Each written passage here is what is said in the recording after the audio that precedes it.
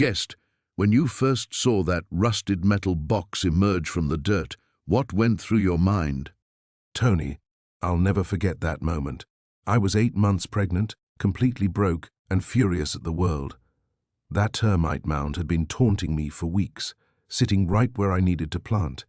So I grabbed a shovel and just started swinging like a madwoman. When the dirt scattered and I saw that corner of metal poking through, my first thought was, maybe it's treasure, something to save the farm.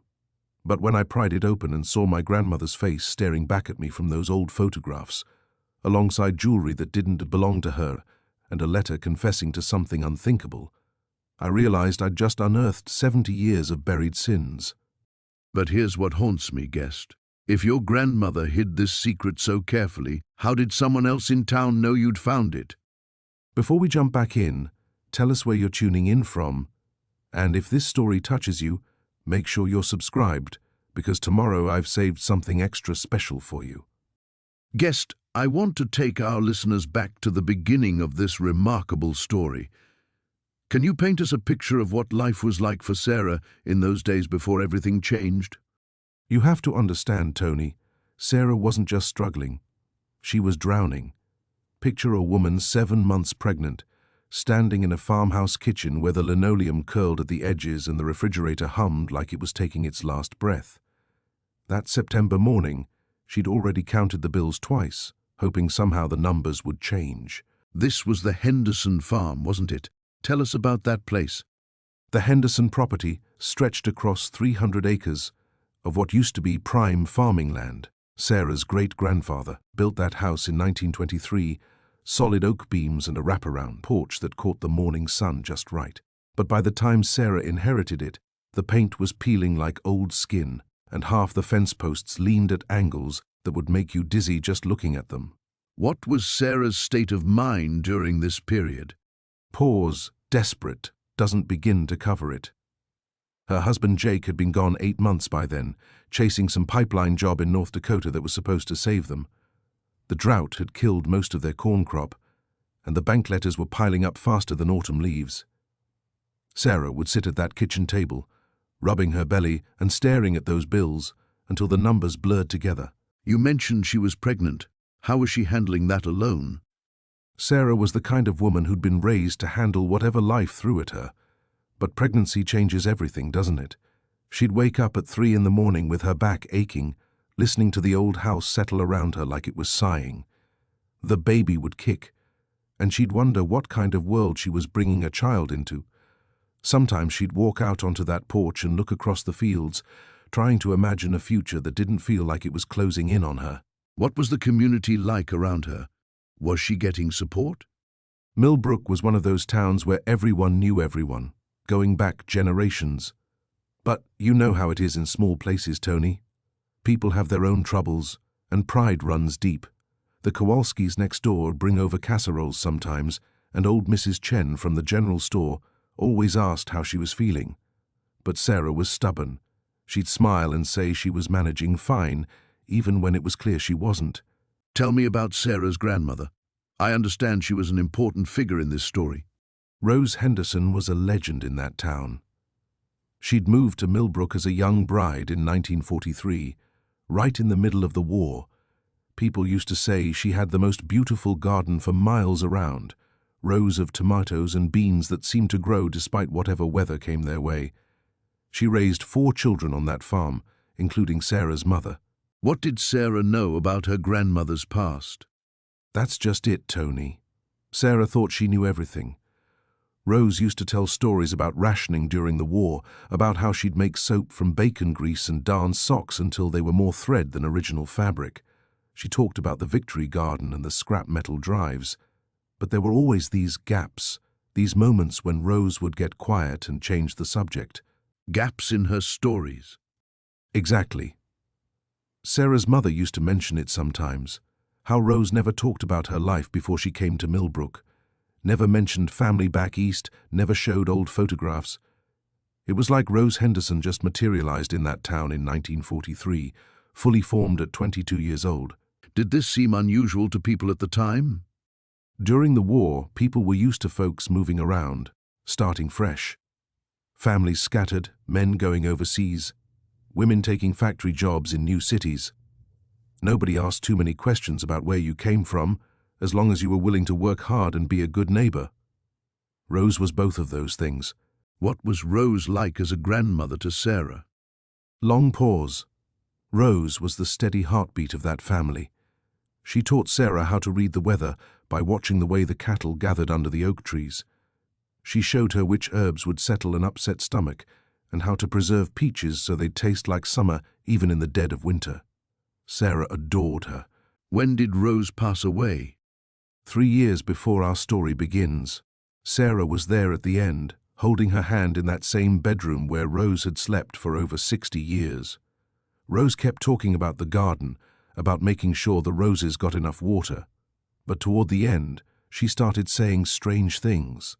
What kind of strange things? She kept apologizing, saying she was sorry, that she never meant for it to happen. Sarah thought it was just the medication, or maybe guilt about leaving Sarah to handle the farm alone. But Rose kept talking about someone named Elena, saying she hoped Elena could forgive her. Did Sarah know who Elena was? Never heard the name before in her life. When she asked her mother about it later, her mother just shrugged and said, Rose sometimes got confused near the end. Old people often talk about friends from long ago that nobody else remembers. Let's talk about that September morning when everything changed. What led Sarah to that moment of rage? Picture this, Tony. Sarah had gotten up early to check on the pregnant heifer that had been struggling. The animal had been in labor all night, and by morning it was clear something was wrong. Sarah had to make the choice to call the vet, knowing she didn't have the money for it, or risk losing both the cow and the calf. That must have been an impossible decision. She called Doc Martinez, and he saved the calf, but the bill was $300. Money she absolutely didn't have. Then she came back to the house and found another notice from the bank. This one talking about foreclosure proceedings. She was holding that letter when the phone rang. Who was calling? Jake, her husband, calling to say the pipeline job had fallen through, and he didn't know when he'd be able to send money home. Sarah stood there in that kitchen, 7 months pregnant, holding a foreclosure notice, and listened to the man she married tell her he couldn't help her save their family farm. What happened after that phone call? Sarah says she doesn't remember walking outside. 1 minute she was in the kitchen, the next she was standing in the south pasture, staring at this massive termite mound that had been growing bigger all summer.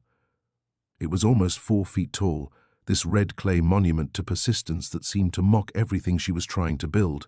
Tell us about these termite mounds. Are they common in that area? Oh, yes. Especially after wet springs followed by dry summers. The termites build these elaborate cities underground, then push up these tall mounds that can last for years. Most farmers just knock them down with a tractor, but Sarah had been so overwhelmed with everything else, she'd let this one grow. What was going through her mind as she stood there? Rage, Tony. Pure, helpless rage. Here was this mound built by insects, creatures that didn't worry about bank payments or vet bills or absent husbands. They just built their home and lived in it, while her world was falling apart. She started kicking at it, just wanting to destroy something, anything. And that's when she found the box? Not immediately. First she just kicked holes in the sides, red clay crumbling around her boots. But this mound was old, built around something solid. As she broke it apart, she could see there was something metal inside, something that had been buried there for decades. What did the box look like when she first uncovered it? It was an old ammunition box, the kind soldiers used during World War II.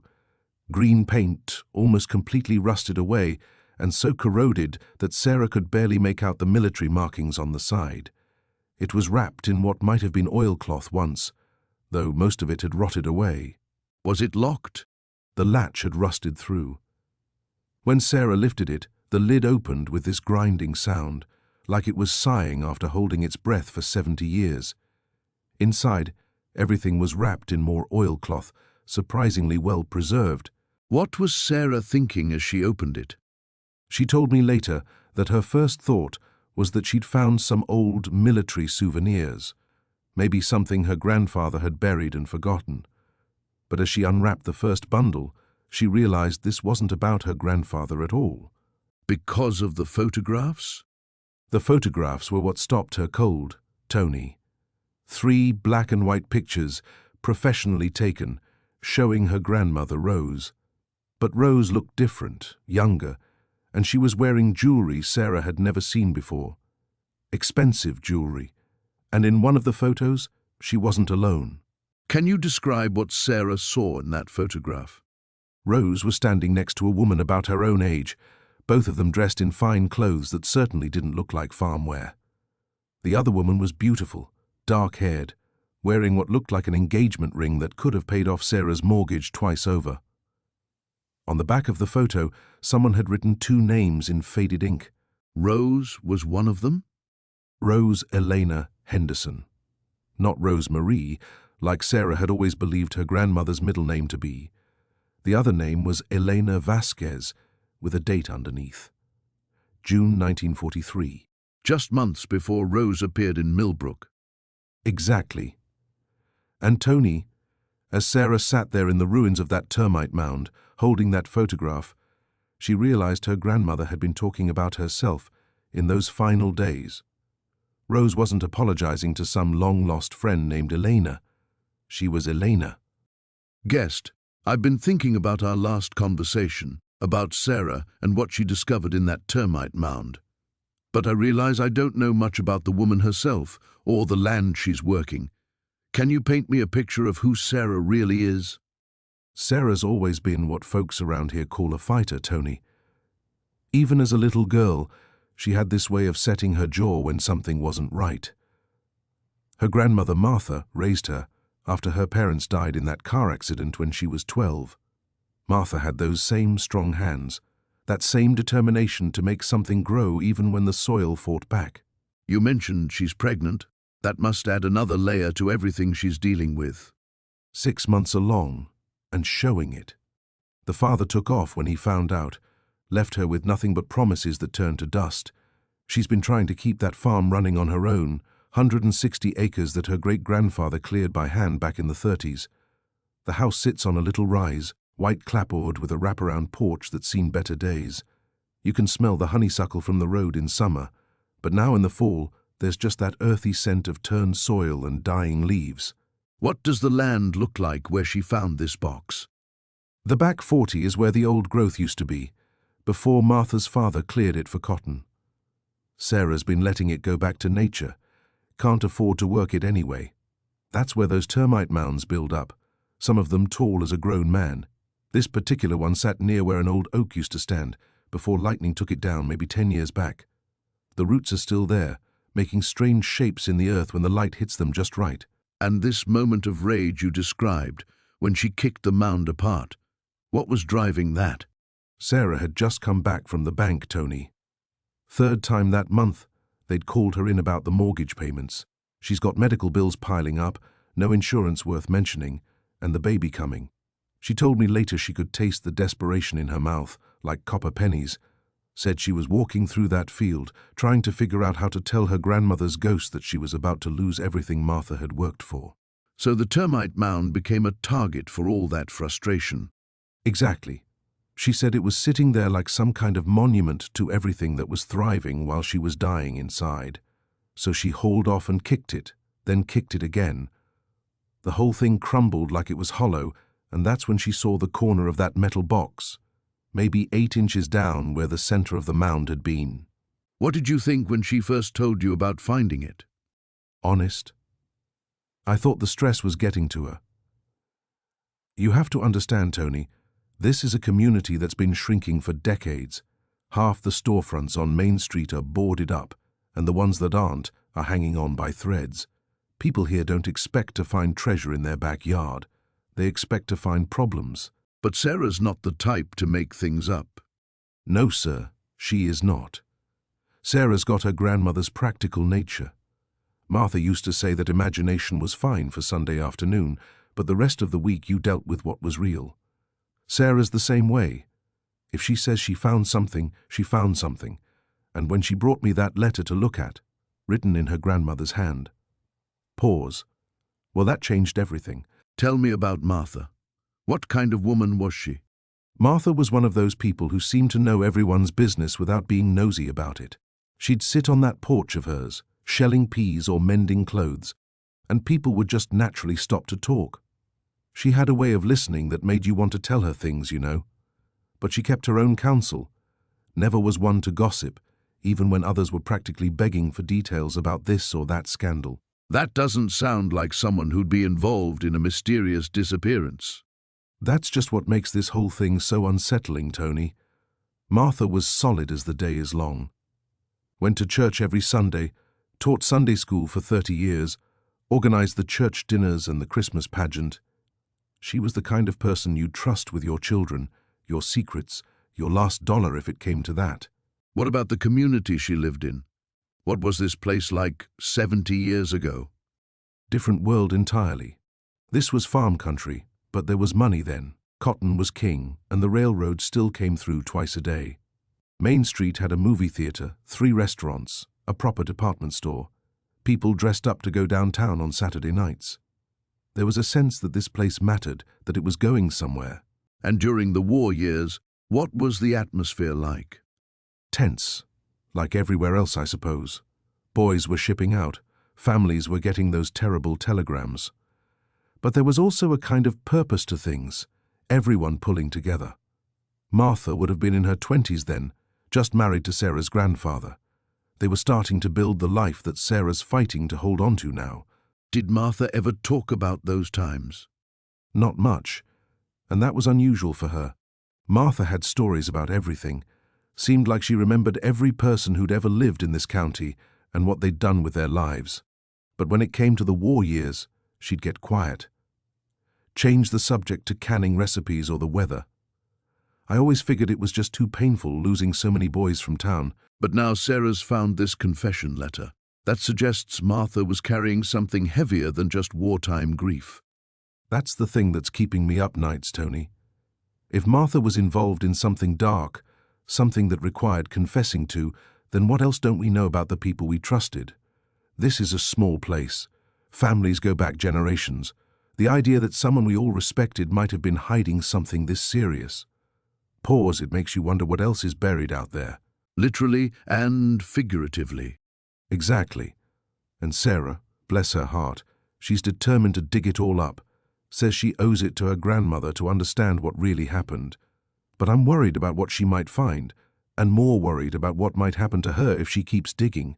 You think someone in town doesn't want this truth to come out? I think there are always people who benefit from keeping old secrets buried, Tony.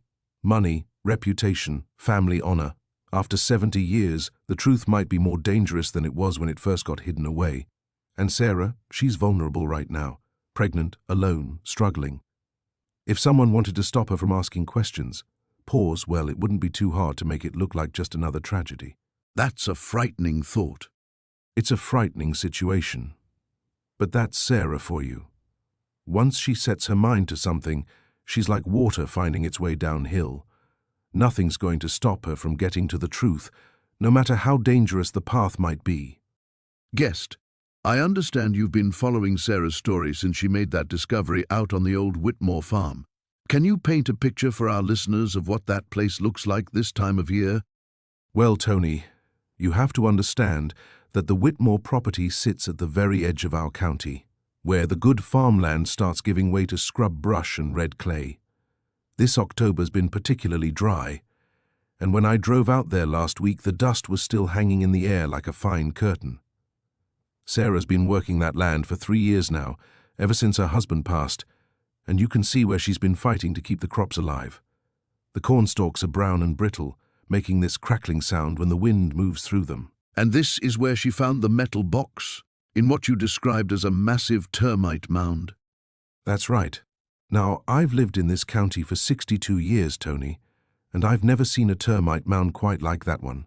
It sat about 50 yards from the main farmhouse, maybe 4 feet tall and sprawling like some kind of red clay cathedral. The local kids used to dare each other to climb it when old Mr. Whitmore was still alive. He never seemed to mind them playing out there. You mentioned Sarah is pregnant. That must add another layer of complexity to her situation. 6 months along and showing it. You know, Tony, pregnancy affects different women in different ways, but Sarah's always been what we call a fighter. Even before she lost Michael, she had this determination about her. But lately, folks in town have been noticing she seems more on edge. My neighbor Emma saw her at the grocery store last Tuesday, and she said Sarah looked like she hadn't slept in days. Dark circles under her eyes, hands shaking when she reached for her wallet. What's your sense of how the community is responding to her discovery? Long pause. That's where things get interesting, Tony. This is a small farming community, maybe 1,200 people if you count the outlying properties. Most families have been here for generations, the kind of place where everyone knows everyone's business, or thinks they do. But when word started spreading about what Sarah found in that box, you could almost feel the temperature change in town. How so? Well, at first it was just curiosity. You know how it is when something unusual happens. But then people started remembering things. Old conversations that suddenly seemed important, the way certain families had always kept to themselves. Property that changed hands quickly after the war ended. Little things that might not have meant much 70 years ago, but now. Can you tell us about the photographs Sarah found? What did they reveal? From what I've heard, and mind you, this is second-hand information, there were maybe a dozen photographs in that box. Black and white, the kind with those scalloped edges they used to have. Some showed young people at what looked like a church social or community gathering. But a few of them, Tony, showed faces that people in town recognized. Not just Sarah's grandmother, but other folks too.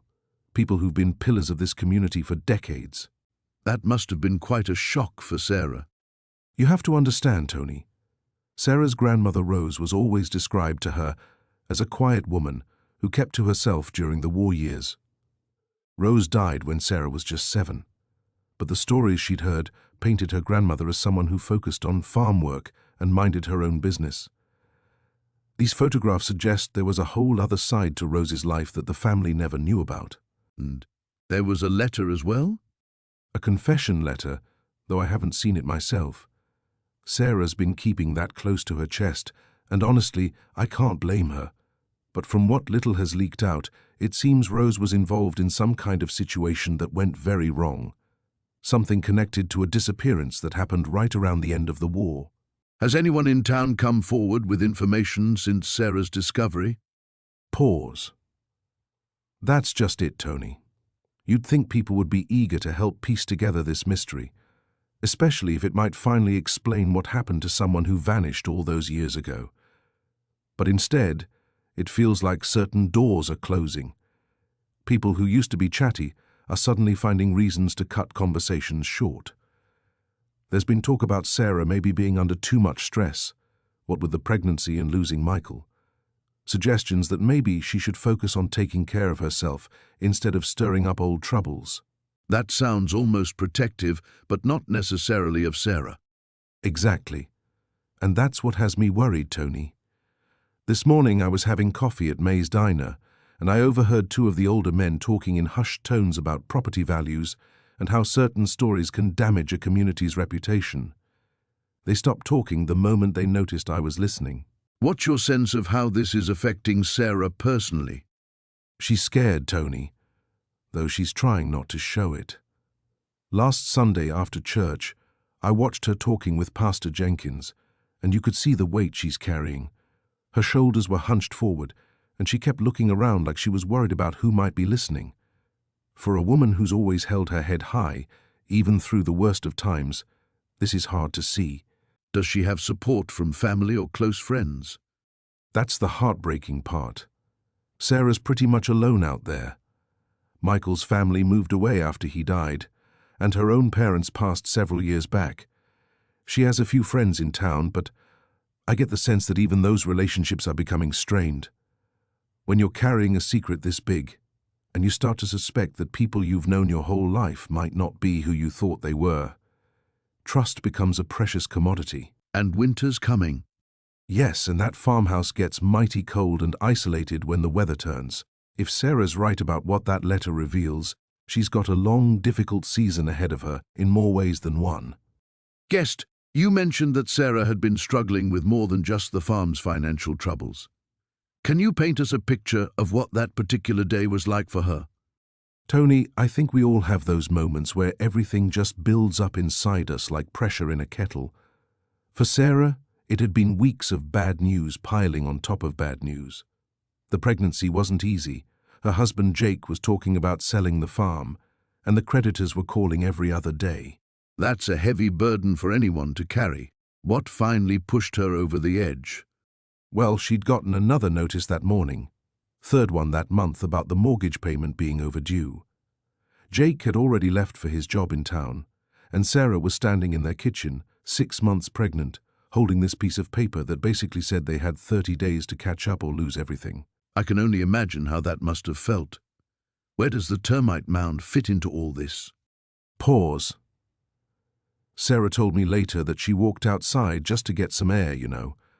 Sometimes when you're trapped inside bad news, you need to see the sky.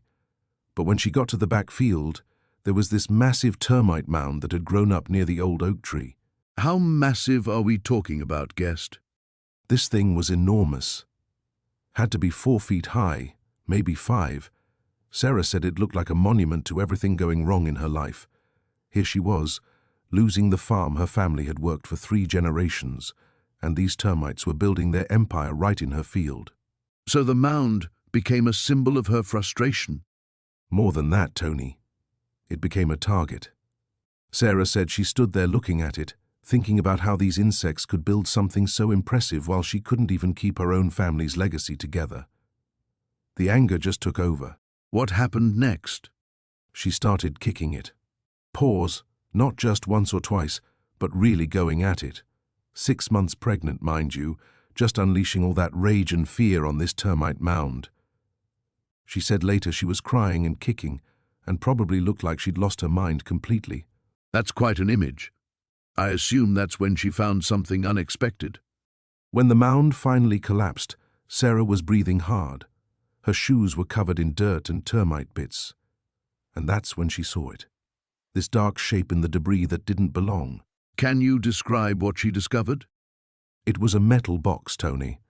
About the size of a shoebox, but made of some kind of heavy steel.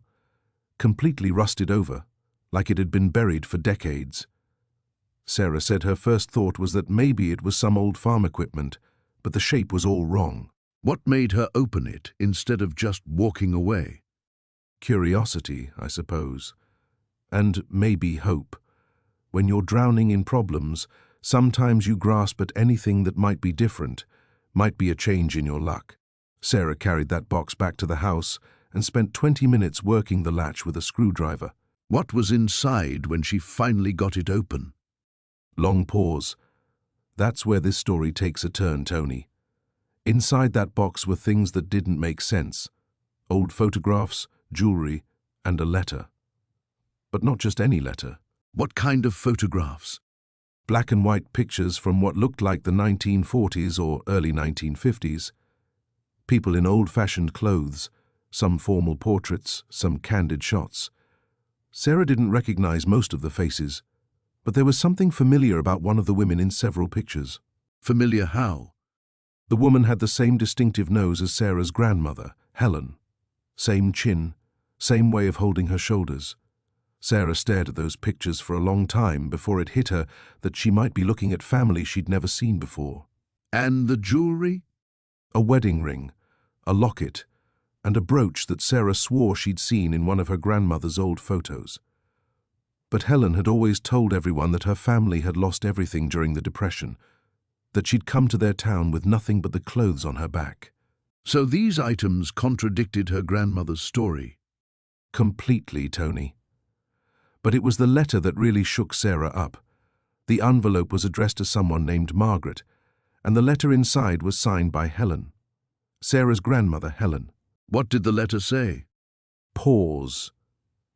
It was a confession, Tony, written in Helen's handwriting, talking about something terrible that happened in 1952, something about a woman who had disappeared, and how Helen knew more about it than she'd ever told anyone. A disappearance from 70 years ago?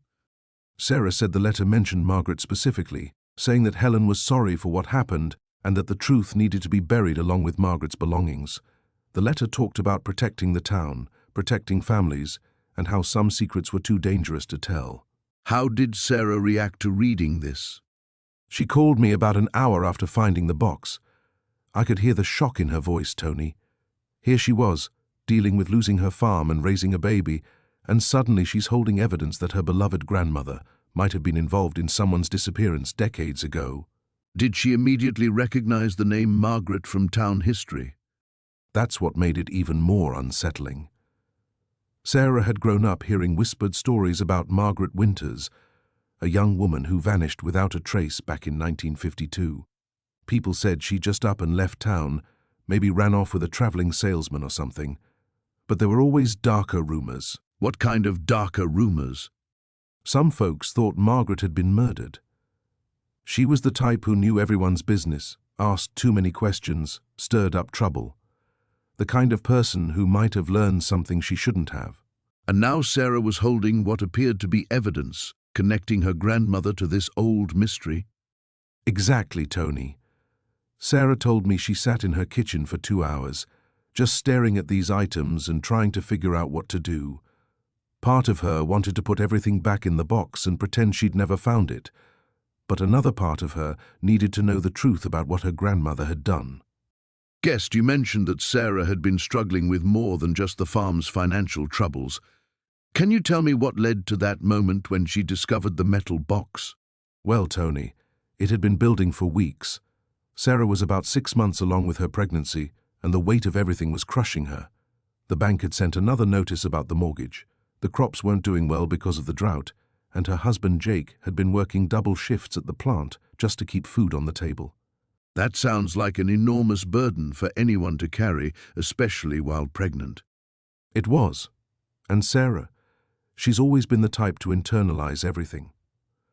Her grandmother Rose had raised her to be strong, to handle whatever life threw at you without complaint. But that particular morning, something just snapped. What happened that morning specifically?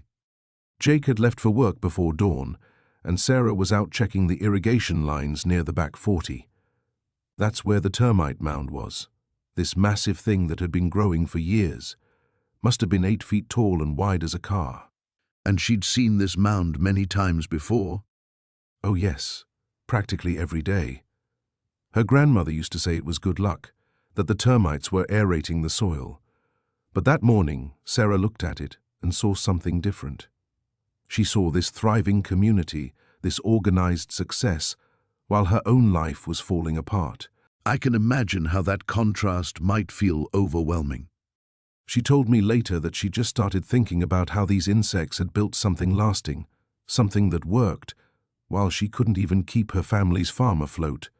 The farm that had been in her family for 3 generations. So the mound became a symbol of her frustration? Exactly. She said she stood there for maybe 10 minutes, just staring at it, feeling this rage building up inside her. All the worry about the baby, about losing the farm, about disappointing her grandmother's memory. And then she just lost it. What did she do? Pause. She started kicking it, first just once, then harder and harder. She said she was crying and screaming, just taking out all her anger on this pile of dirt and insects. That must have been quite a physical effort, especially in her condition. It was. She kicked and clawed at it until her hands were bleeding and she was completely exhausted. But she was determined to destroy the whole thing. And that's when the side collapsed and she saw something that shouldn't have been there. The metal box. A corner of it, yes. Rusted and partially buried, but clearly man-made. She said her first thought was that maybe it was some old farm equipment, something her grandfather had buried and forgotten. But something made her investigate further. The shape was wrong for farm tools. It was rectangular, about the size of a shoebox, and it had been wrapped in what looked like oilcloth before being buried. Someone had taken care to preserve whatever was inside. How did she react to finding it? Pause. She said she sat there in the dirt for the longest time, just staring at this box. Part of her wanted to bury it again, to pretend she'd never seen it. There was something about the way it was hidden that made her nervous. But curiosity won out? Eventually, yes. She carried it back to the house and spent another hour just looking at it before she worked up the courage to open it. And when she did? The first thing she saw were photographs, old black and white pictures of people she didn't recognize. Then jewelry, expensive-looking pieces that seemed out of place for a farming family. But it was the letter that changed everything. What did the letter say? It was a confession, Tony. Written in her grandmother's handwriting, dated 1943. It started with the words, "If anyone finds this, I pray they understand I had no choice." How did Sarah react to reading that? She called me immediately, could barely speak through her tears. She kept saying, "Guest, I think my grandmother was involved in something terrible. I think she knew what happened to the Morrison girl." The Morrison disappearance from World War II? The very one. A case that had haunted this town for 70 years, and suddenly Sarah was holding what appeared to be evidence that her beloved grandmother had been connected to it. That must have shattered her understanding of her family's history. Completely. Everything she thought she knew about Rose, about her family's legacy, was suddenly in question. And that, Tony, was just the beginning of how dangerous this discovery would become. Guest, we've been talking about Sarah's discovery and how it's shaking up this small farming community, but I'm curious about something deeper here. How do people really handle it when their whole understanding of the past gets turned upside down? Long pause. You know, Tony, that's the heart of what's happening to Sarah right now. She's not just dealing with finding some old photographs. She's looking at everything she thought she knew about her grandmother and realizing it might all be a lie. That must be incredibly isolating, especially when you're already going through something as life-changing as pregnancy. Exactly. And here's what makes it worse. Sarah's been calling people in town, trying to piece together what happened in 1943, but every conversation feels like walking through a minefield. People get uncomfortable, change the subject, or suddenly remember they have somewhere else to be. It sounds like the whole community has been living with this secret, whether they know it or not. Pause. That's just it, Tony. Some people definitely know more than they're saying. Take old Mrs. Henderson at the post office. When Sarah mentioned finding her grandmother's things, Mrs. Henderson went white as a sheet and started fumbling with the mail like her life depended on it. What do you think Mrs. Henderson knows? Well, she would have been young during the war. Maybe Sarah's grandmother's age. And in a town this size, everybody knew everybody. If something happened to that missing woman, if Sarah's grandmother was involved somehow, Mrs. Henderson would remember. But she's not talking. Nobody's talking. And that's what's eating at Sarah. She's starting to feel like there's this conspiracy of silence around her. Like the whole town has agreed to keep her in the dark about her own family. That kind of isolation can be devastating, especially for someone who's already vulnerable. Sighs. And Sarah is vulnerable, Tony. More than she wants to admit. Her husband, Mark, keeps trying to get her to drop this whole thing. He's worried about the stress affecting the baby. But Sarah can't let it go. Tell me about Mark's perspective on all this. Mark's a good man, but he's practical. He sees his pregnant wife digging up 70-year-old mysteries and getting more upset by the day. He keeps saying, "What's done is done. Why torture yourself over something that happened before you were born?" But Sarah doesn't see it that way. Not at all. For Sarah, this is about knowing who she really is. She keeps asking herself, if her grandmother could keep a secret this big, what else don't I know? What other lies am I living with? Pause. That's a terrifying question to face when you're about to become a mother yourself. Exactly, Tony. Sarah's lying awake at night, one hand on her belly, wondering what kind of family she's bringing this child into. Is this baby going to grow up with the same lies she did? Is there some darkness in their bloodline that she needs to know about? And meanwhile, she's dealing with all the normal fears that come with pregnancy. The farm's barely breaking even. They're worried about money, about whether they can afford the medical bills. Sarah's been having some complications too. Nothing serious, but enough to make her doctor want to monitor her more closely. So she's juggling financial stress, health concerns, and now this family mystery. Pause. And that's when she started having the dreams, Tony. Dreams? Sarah won't talk about them much, but Mark's mentioned she's been waking up in cold sweats, dreams about her grandmother, about women calling for help. Sometimes she wakes up convinced she can hear someone digging outside their bedroom window. That sounds like her subconscious is trying to process all this trauma. Or maybe it's something more than that. Sarah's starting to think someone's been watching her. Little things, you know. Her mailbox left open when she's sure she closed it. Footprints in the mud near their back porch that don't match her or Mark's boots. Could be coincidence. Long pause could be. But Tony, here's what really worries me. Sarah's not just uncovering some old family secret. She's uncovering something that somebody in that town has been working very hard to keep buried. And if they've kept it quiet for 70 years... they're not going to be happy about someone digging it up now. Exactly. And Sarah's starting to realize that maybe her grandmother didn't just stumble onto some secret by accident. Maybe she was trying to protect Sarah's family from something. Maybe that's why she buried those photographs and that confession letter. Protection that might not be strong enough anymore. Pause. That's what keeps me up at night, thinking about Sarah out there on that isolated farm, getting closer to the truth every day. Guest, when Sarah found that box buried in the termite mound, it seems like everything in her life started shifting at once. How does someone handle that kind of revelation when they're already struggling? You know, Tony, that's the thing about secrets this old. They don't just surface quietly. Sarah was already at her breaking point, pregnant, barely keeping the farm afloat, feeling like she was drowning in her own life. Then suddenly she's holding evidence that her grandmother, the woman she'd idolized, might have been involved in something terrible. That must have created an incredible internal conflict for her. Pause. It did. Sarah told me later that she spent that whole first night just staring at those photographs, trying to reconcile the grandmother she remembered with what she was seeing. The woman who used to braid her hair and tell her bedtime stories. Could she really have been connected to whatever happened to that missing family? How did her pregnancy factor into all of this? That added vulnerability must have intensified everything. Oh, absolutely. Sarah was about 6 months along at that point, and the stress was taking a real toll. She wasn't sleeping, wasn't eating properly. Her husband Mark was working double shifts at the plant just to keep them from losing the farm, so she was dealing with all of this mostly alone. It sounds like their marriage was already under strain before any of this came to light. Long pause. You have to understand, Tony, farming isn't just a job.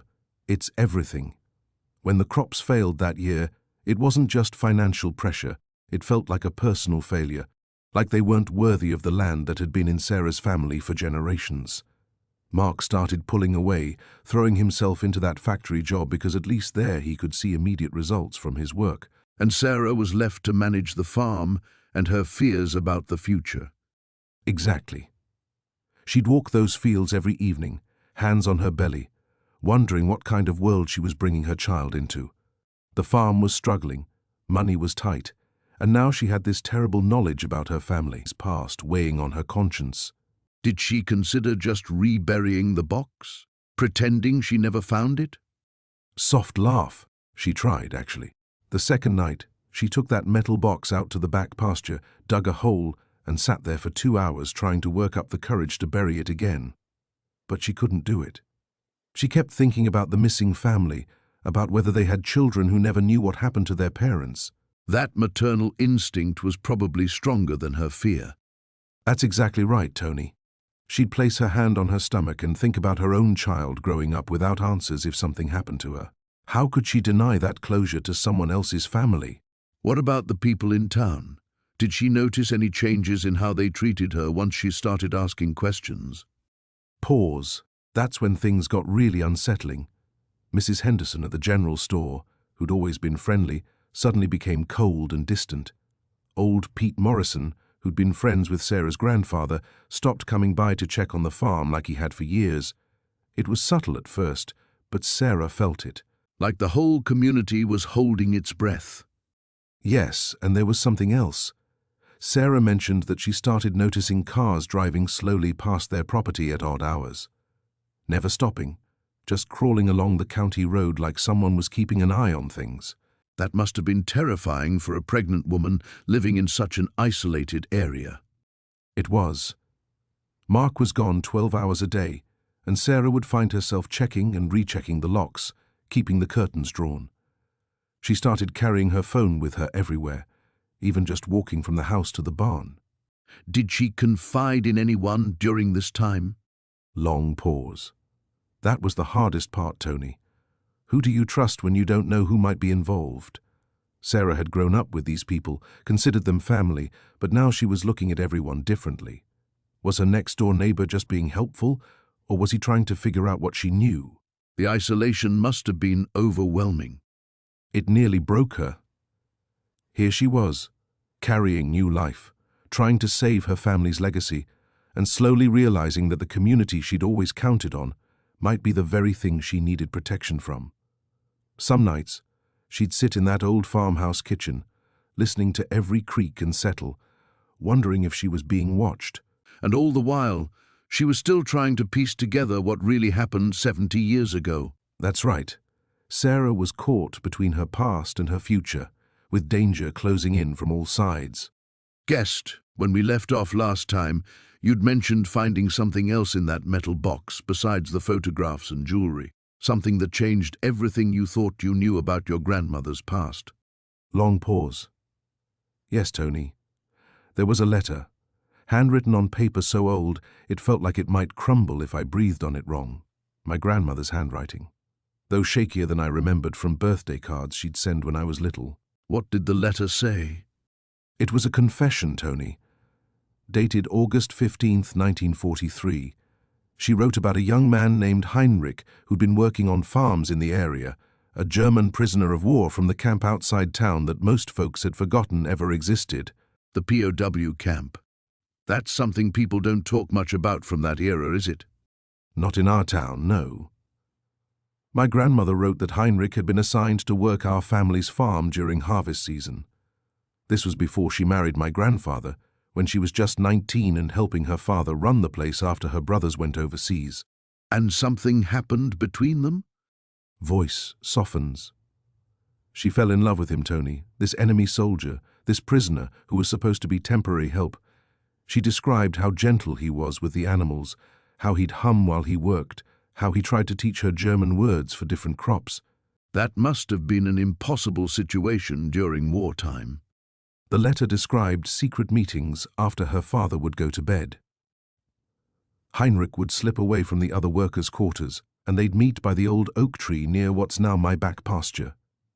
She wrote about planning to help him escape when the war ended, maybe go west where nobody knew their story. But that's not what happened.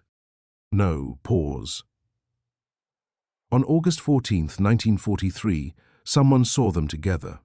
The letter doesn't say who, but word got back to the camp commander and to her father the same night. A group of local men came to the farm the next morning. What were they planning to do? According to my grandmother's letter, they weren't planning anything official. No trial, no sending Heinrich back to the camp. They called it protecting the community's honor, protecting her reputation. They were going to hurt him. My grandmother tried to warn Heinrich, but she was too late. The men caught him near the barn where he'd been working. She wrote that she grabbed her father's hunting rifle and told them to let him go, that she'd leave town with him and never come back. A 19-year-old girl standing up to a group of angry men during wartime. That took remarkable courage. Voice breaking slightly. The letter says one of the men tried to take the rifle from her. In the struggle it went off. Heinrich fell. She wrote that the last thing he said was her name, but in German, the way he taught her to say it. So Heinrich died there, on your family's land? Yes. And according to the confession, the men decided they had to cover it up. Not just the shooting, but any record that Heinrich had ever been assigned to work there. If the military found out a POW had been killed by civilians, there would be investigations, trials, possible charges for everyone involved. Including your grandmother? The letter says they told her she'd hang for killing a prisoner of war, even though it was an accident. They said her family would lose the farm, her father would be arrested as an accomplice, and her brothers overseas would be dishonored. So she agreed to keep quiet. They buried Heinrich's body that same night. Somewhere on the property, where they figured it would never be found. Then they burned his personal belongings, destroyed any work records that showed he'd been assigned to the farm, and agreed to never speak of what happened. But your grandmother couldn't live with that secret. The letter says she tried for months to forget, to convince herself it was necessary.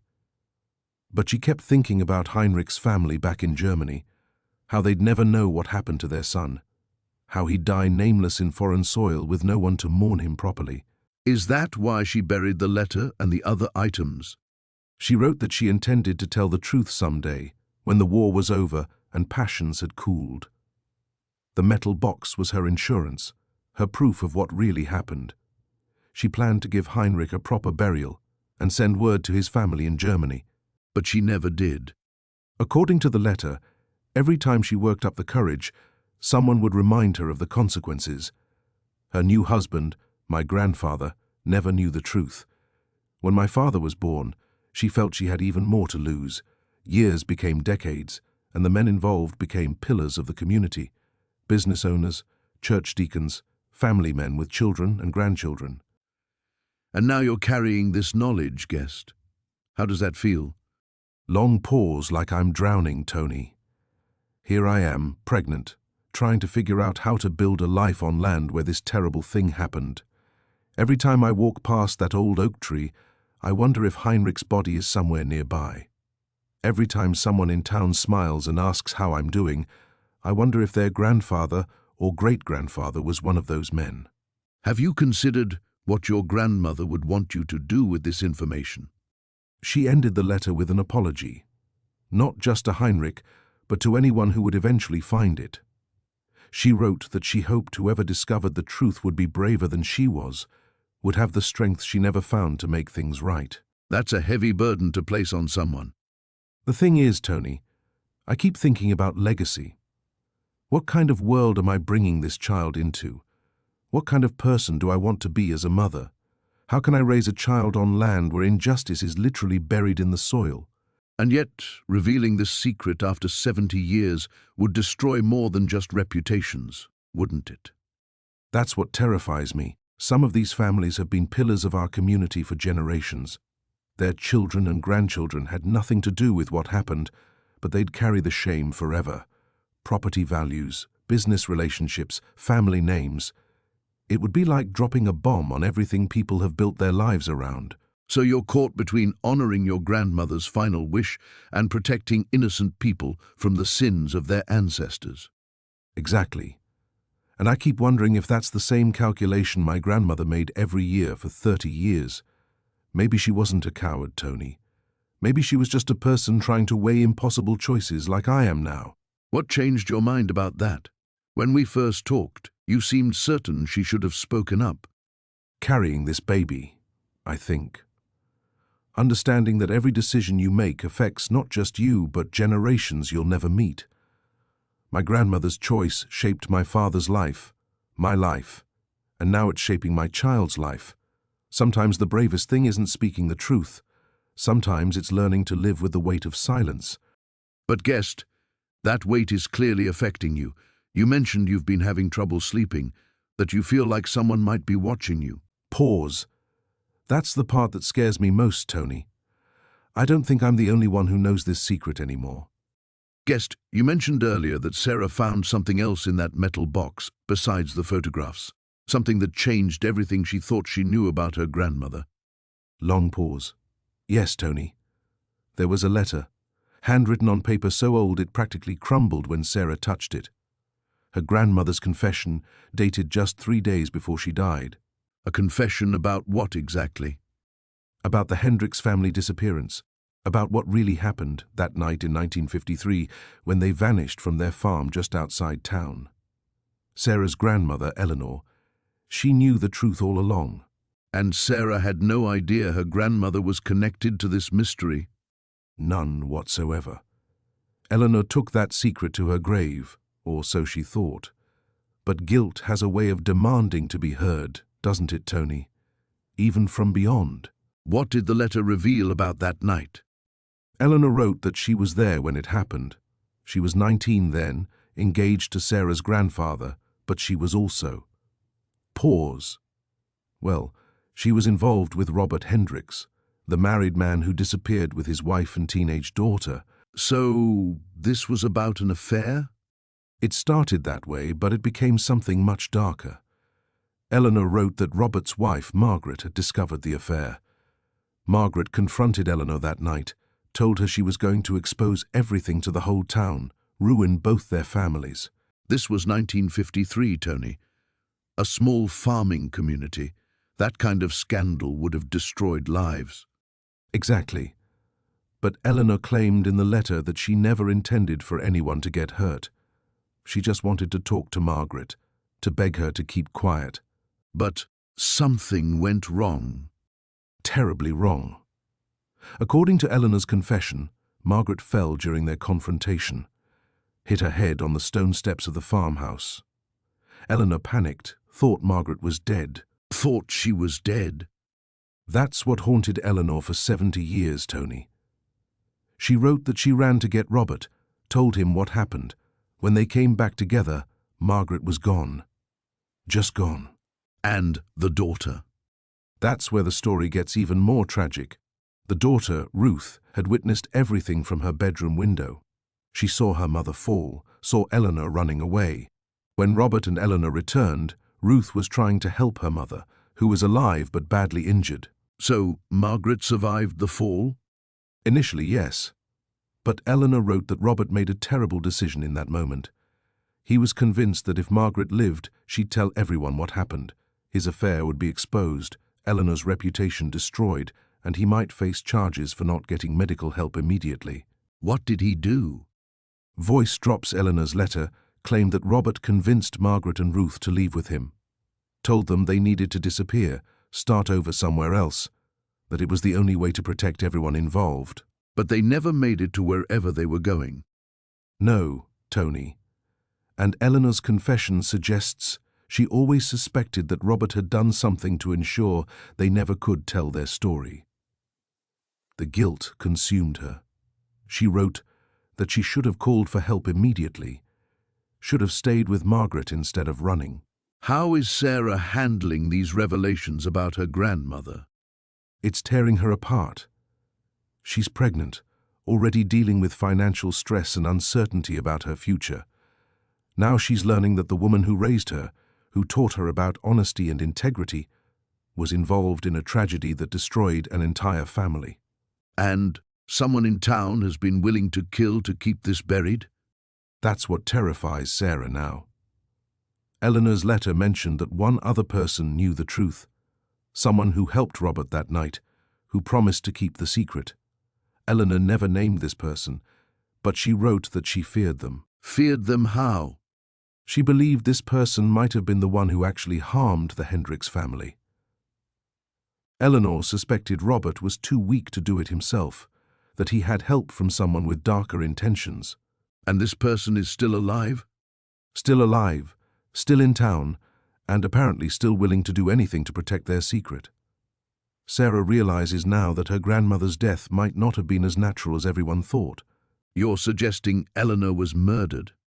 Sarah's starting to wonder, Tony. The timing was awfully convenient. Eleanor lived alone, was starting to show signs of dementia, talking about old secrets. If someone was worried, she might reveal the truth before she died. Then Sarah's discovery of that box puts her in serious danger. Exactly. She's not just uncovering a 70-year-old crime anymore. She's threatening someone who's already killed to keep this buried, someone who won't hesitate to kill again. Guest, we've been talking for a while now about Sarah's discovery and the investigation that followed, but I sense there's something more you haven't told me yet. Something that changes everything. Long pause. You're right, Tony. There is something I've carried for 40 years. And I'm not sure I should be the one telling this story. What do you mean by that? Because the confession letter Sarah found, the one supposedly written by her grandmother Margaret. Margaret didn't write it. I'm sorry, what? Margaret Holbrook never wrote that confession. She couldn't have. Margaret died 3 days before the date on that letter. How could you possibly know that? Because I was there when she died, Tony. I held her hand. Margaret was my sister. Your sister? Pause, guest.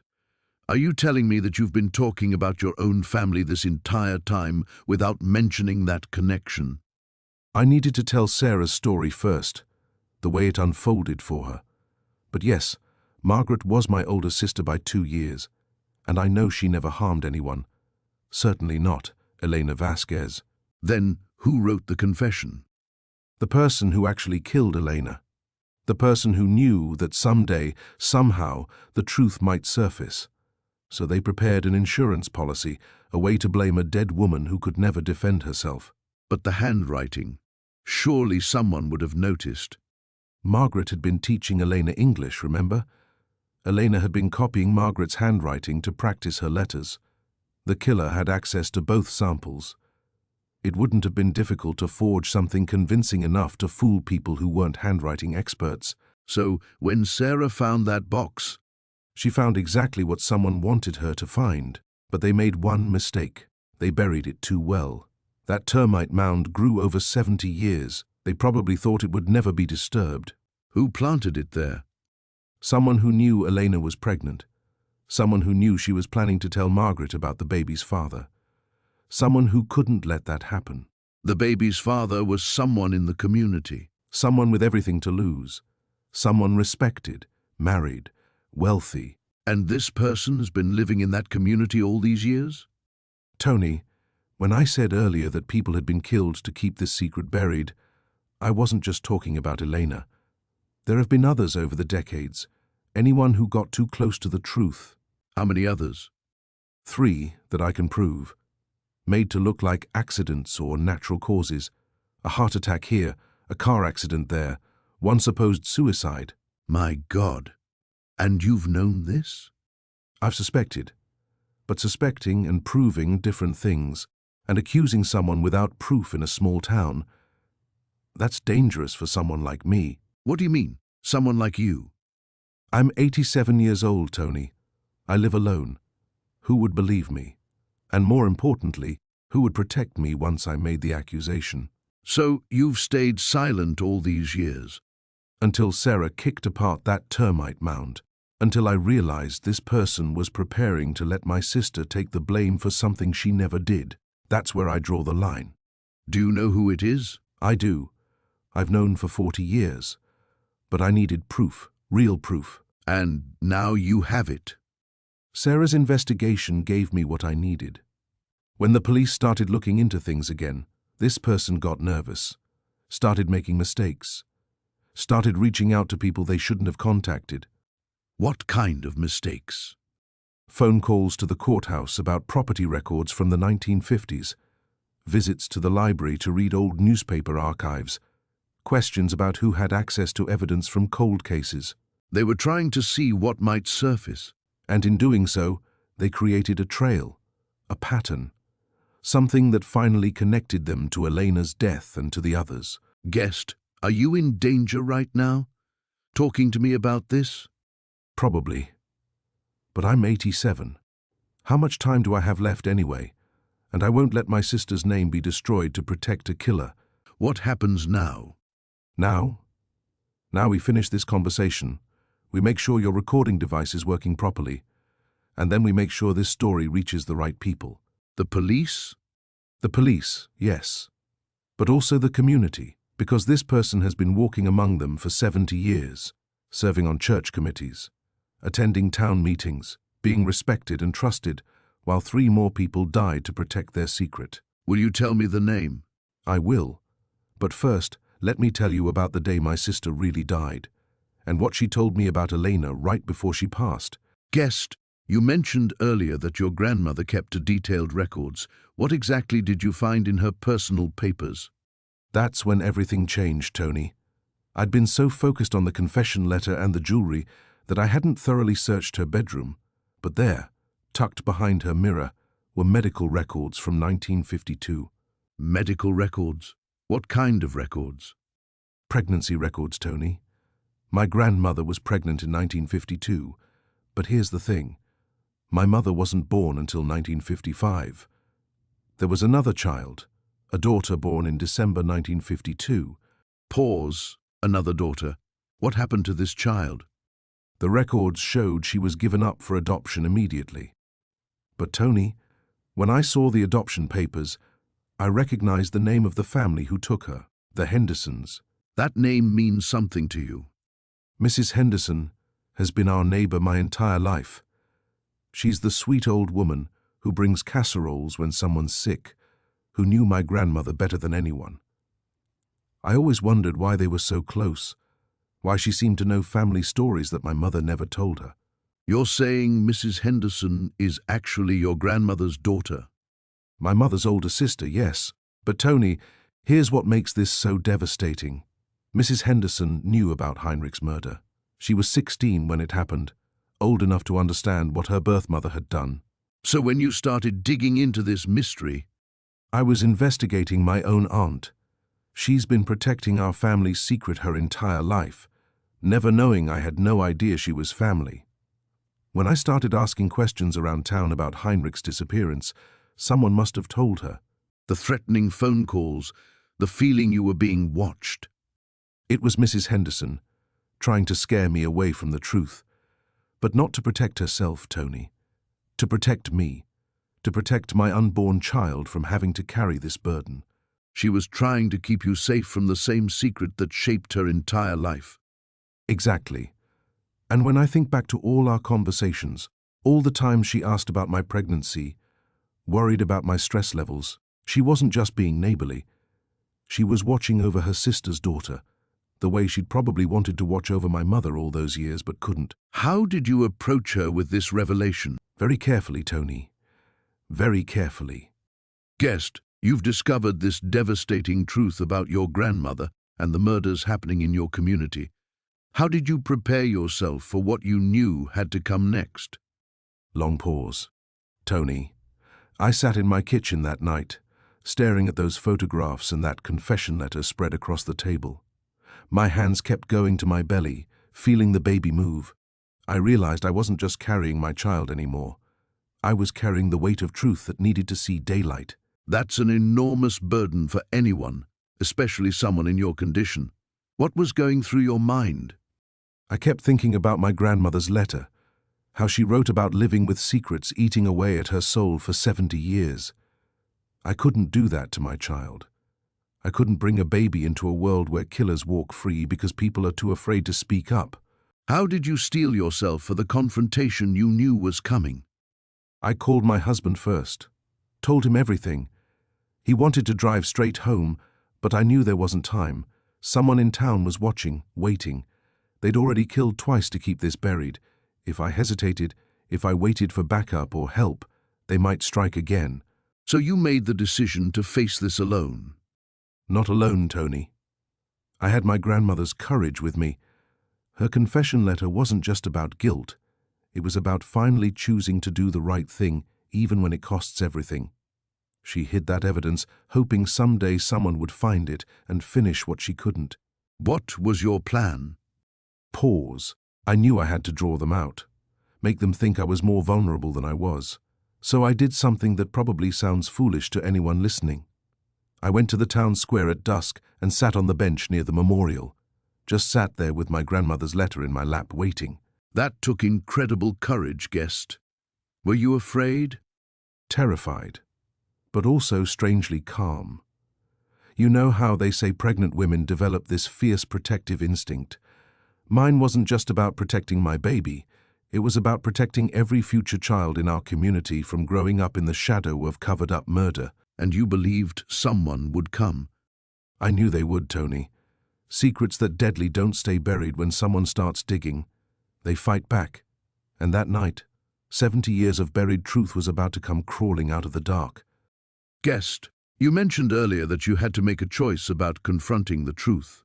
Walk me through that moment when you realized what had to be done. Long pause. I sat in my kitchen that morning, staring at those photographs spread across the table. My grandmother's face looking back at me from 70 years ago. The confession letter in her handwriting. And I knew someone in our community had been killing to keep this buried. That must have been an overwhelming realization. How do you prepare yourself for something like that? You don't. Really. But I kept thinking about the baby growing inside me, about the kind of world I wanted to bring this child into. Could I raise them in a place built on lies and covered in blood? What was going through your mind as you made your plans? I remembered my grandmother's letter, how she wrote about courage being the only thing that mattered in the end. She was so young when she made her choices during the war. I wasn't much older now, carrying this secret that could destroy people or finally set them free. Did you consider just walking away, taking what you knew and leaving town? Every minute of every hour, Tony. But then I'd think about Mrs. Henderson, about the others who disappeared over the years. Someone had been watching, waiting, ready to kill anyone who got too close to the truth. How many more would die if I stayed silent? How did you find the strength to move forward? I talked to the baby. I know that sounds strange, but I'd put my hand on my belly and tell them about their great-great-grandmother, about the choices she made. I promised this child would grow up knowing the truth, no matter how ugly it was. What was your biggest fear going into this confrontation? That I was wrong, that I'd destroy innocent lives based on 70-year-old assumptions. But then I'd remember finding that second body, the one the police missed.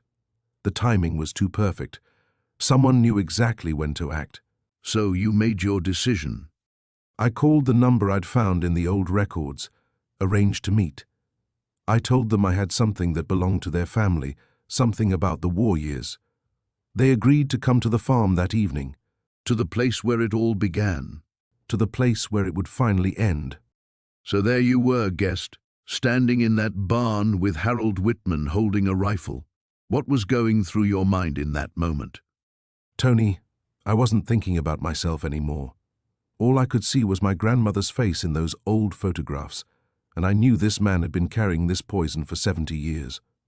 You said earlier that Harold confessed to killing Martha Chen back in 1953. How did that revelation change everything for you? Long pause. It wasn't just the murder, Tony. It was watching this broken old man explain how fear had consumed his entire life. He said he'd been 16 when he pushed Martha into that quarry, panicked that she'd expose his father's black market dealings with the Japanese. And your grandmother knew about this? She'd seen it happen. Harold said Grandma Rose had been walking home from the train station that night and witnessed everything. But instead of turning him in, she made a different choice. What kind of choice? She told Harold she'd keep his secret, but only if he lived the rest of his life making amends.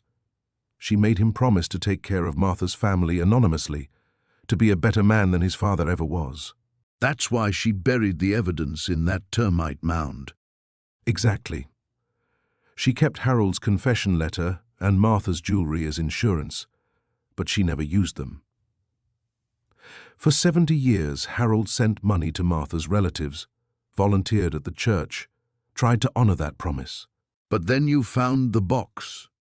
Voice breaking, and Harold panicked all over again. He thought I'd destroy him, just like he'd been afraid Martha would destroy his family back then. So he killed Doc Morrison when the doctor started asking questions, and he would have killed me too. What stopped him? I told him about the baby, about how I understood what it meant to be terrified of the future, to feel like you're drowning in circumstances you can't control. I said my grandmother had given him a chance to choose who he wanted to be, and now I was giving him the same choice. And he chose to confess. He chose to finally stop running, Tony. Sometimes the heaviest burden we carry isn't our mistakes, but the energy we spend hiding from them. How has this changed you, guest? I learned that forgiveness isn't about forgetting the past. It's about refusing to let someone else's fear become your prison too. So in that moment, facing the truth about your grandmother and everything that followed, what choice did you make, guest? I looked at that confession letter one last time, Tony. All those years of silence, all those deaths to protect a secret that was already eating our community alive from the inside.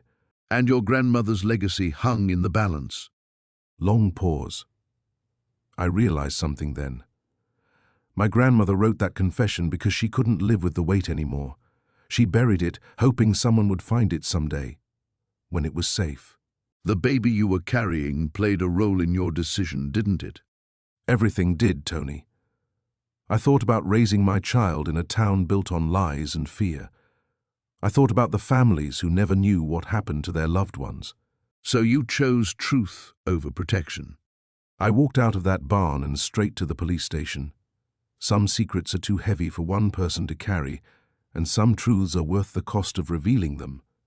So here we are, guest, at the end of quite a journey. When you first kicked apart that termite mound, did you ever imagine it would lead to all this? Soft laugh, never in a million years, Tony. I was just a pregnant woman having a bad day, taking my anger out on some poor insect's home. And now? How do you see that moment differently? It was meant to happen. My grandmother needed her story told, even 70 years later. The town needed to heal from that old wound. The baby you were carrying then. How do you think this experience will shape the story you tell them someday? That sometimes the hardest truths are the most important ones to uncover. That family secrets have a way of working themselves to the surface, no matter how deep we bury them. Any regrets about opening that box? None whatsoever. My grandmother can finally rest. The Miller family has closure. And I learned that courage sometimes looks like a desperate woman kicking dirt. Beautifully said, guest. Thank you for sharing this remarkable story with us. So here we are, guest, at the end of this remarkable story. Sarah's baby arrived safely, I hear. Yes, a healthy girl. Sarah named her Grace, which feels fitting somehow. New life emerging from all that darkness. And the town? How has everyone adjusted to learning the truth about what happened 70 years ago? It's been a slow healing, Tony. Some folks are still processing that someone they trusted was capable of such violence. But there's relief too, knowing the Kowalski family finally has answers. What about Sarah herself? How has motherhood changed her perspective on everything she discovered? Pause. She told me recently that holding Grace makes her understand why her grandmother fought so hard to protect what mattered. Sarah's found her purpose now, not just in farming, but in being a mother. And that old termite mound where it all began? Gone, of course. But Sarah planted wildflowers there this spring. She says it's important that something beautiful grows from that place now. From destruction to discovery to new life. Exactly, Tony.